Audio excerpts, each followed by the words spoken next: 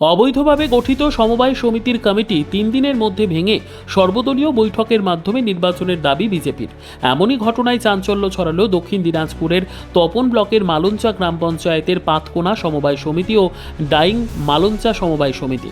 স্থানীয় বিজেপি নেতৃত্বদের দাবি, নির্বাচন ছাড়াই সমবায় সমিতির কমিটি গঠন করা হয়েছে, যা সম্পূর্ণরূপে অবৈধ ও বেআইনি।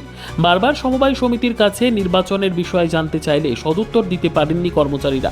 এরপর হঠাৎ কমিটি গঠন হয় বলে অভিযোগ। সর্বদলীয় বৈঠকের মাধ্যমে সুষ্ঠু স্বাভাবিক নির্বাচনের দাবি বিরোধীদের। দক্ষিণ দিনাজপুরের তপন ব্লকের ডাইং মালঞ্চ সমবায় সমিতিতে 9টি আসন, অন্যদিকে পাতকলা সমবায় সমিতিতে 6টি আসন রয়েছে। বিরোধীদের অভিযোগ, সমবায় সমিতির যারা সক্রিয় মেম্বার, যাদের ভোটাধিকার রয়েছে তাদের নোটিশ করে তারপর মনোনয়ন প্রক্রিয়ার পর নির্বাচন করার নিয়ম, কিন্তু কাউকে কিছু না জানিয়ে, কারোর কোনো রকম মনোনয়ন না নিয়েই রাতের অন্ধকারে নতুন কমিটি গঠন করে দেওয়া হয়েছে। স্থানীয় তৃণমূল নেতাদের চাপেই ঘটনা ঘটেছে বলে দাবি বিরোধীদের। ভোট এখানে যে ইলেকশন কমিশনার ছিলেন, ইলেকশন কমিশনার যেই সিস্টেম অনুসারে বলেছিলেন সেই সিস্টেম অনুসারে হয়েছে। প্রথমে খসড়া ভোটার লিস্ট পাবলিশ হয়েছিল, তারপর ফাইনাল ভোটার লিস্ট হয়েছিল, তারপরে আপনার ওই নমিনেশন সাবমিটের ডেট দেওয়া হয়েছিল।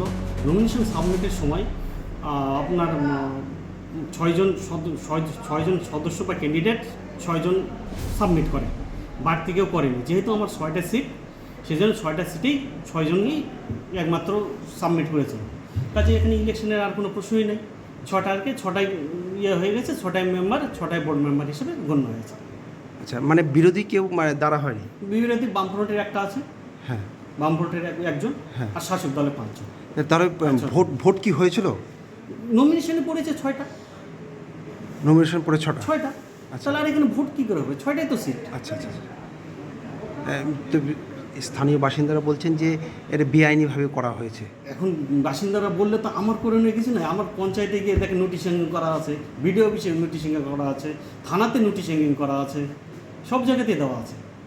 ওনারা যদি না দেখে আমার কাছে সাবমিট করে তাহলে তো আমি কিছু বলতে পারবো না। আমি পার্সোনালি কিছু কাউকে বলতে চাই না। কি নাম আপনার? তাপস কুমার সরকার, কি দায়িত্বে আছেন আপনি? ম্যানেজার।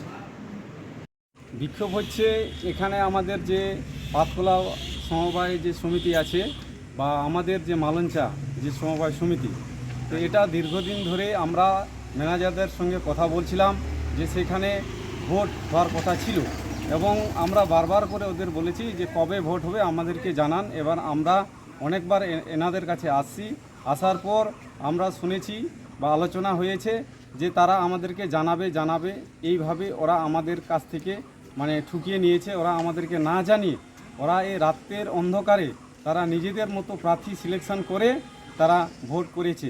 এবং আমরা দুদিন আগেও আসলাম, তখন আমরা ম্যানেজারদের সঙ্গে বসে আমরা আলোচনা করলাম। পাতকলার যে ম্যানেজার, সে প্রকাশ্যভাবে সে বলল যে আমাদের কাছে নির্বাচনটা হয়ে গেছে, আমরা নির্বাচনটা করেছি। কিন্তু মালঞ্চার যে ম্যানেজার, সে বলছে আমাদের এখনও নির্বাচন হয়নি, কিন্তু আমরা ওদের কাগজপাতিতে দেখতে পাচ্ছি যে ওদের নির্বাচন হয়ে গেছে। এই জন্যে আমরা যে আন্দোলন করেছি বা আজকে আমরা আসছি। কি চাইছেন আপনারা এখন? আমরা চাইছি আনলিগালভাবে যে কমিটিটা তৈরি হয়েছে এটাকে 3 দিনের মধ্যে ভেঙে দিতে হবে এবং নতুন প্রক্রিয়া করে সমস্ত সাংগঠনিক দলকে ডেকে এক জায়গায় নির্বাচন নতুন করে করা হোক, এটাই আমরা চাচ্ছি। আর না হলে আমরা বৃহত্তর আন্দোলনে নামব। কি নাম আপনার? আমার নাম হচ্ছে কবিরাজ বাস্কি। কি দায়িত্বে আছেন? আমি মণ্ডল সভাপতি দায়িত্বে আছি, তপন মণ্ডল 5। কোন পার্টি? ভারতীয় জনতা পার্টি। প্রথমে বলে বিরোধীদের অভিযোগ থাকতেই পারে, কিন্তু এই অভিযোগটা সম্পূর্ণ মিথ্যা এবং ভুয়ো। ওরা তৃণমূলকে সবসময় ওরা কাঠগড়ায় দাঁড় করে রাখে, কিন্তু মানুষ দেখছে। আর যে কোনো সরকারি দপ্তর থেকে বলুন, সেই সমবায় বলুন, পঞ্চায়েত বলুন, জেলা পরিষদ বলুন, পঞ্চায়েত সমিতি বলুন, বিধানসভা বলুন, লোকসভা বলুন, যেখানেই নির্বাচন হয় সেখানেই সংশ্লিষ্ট দপ্তরের একটা নোটিফিকেশান লাগে।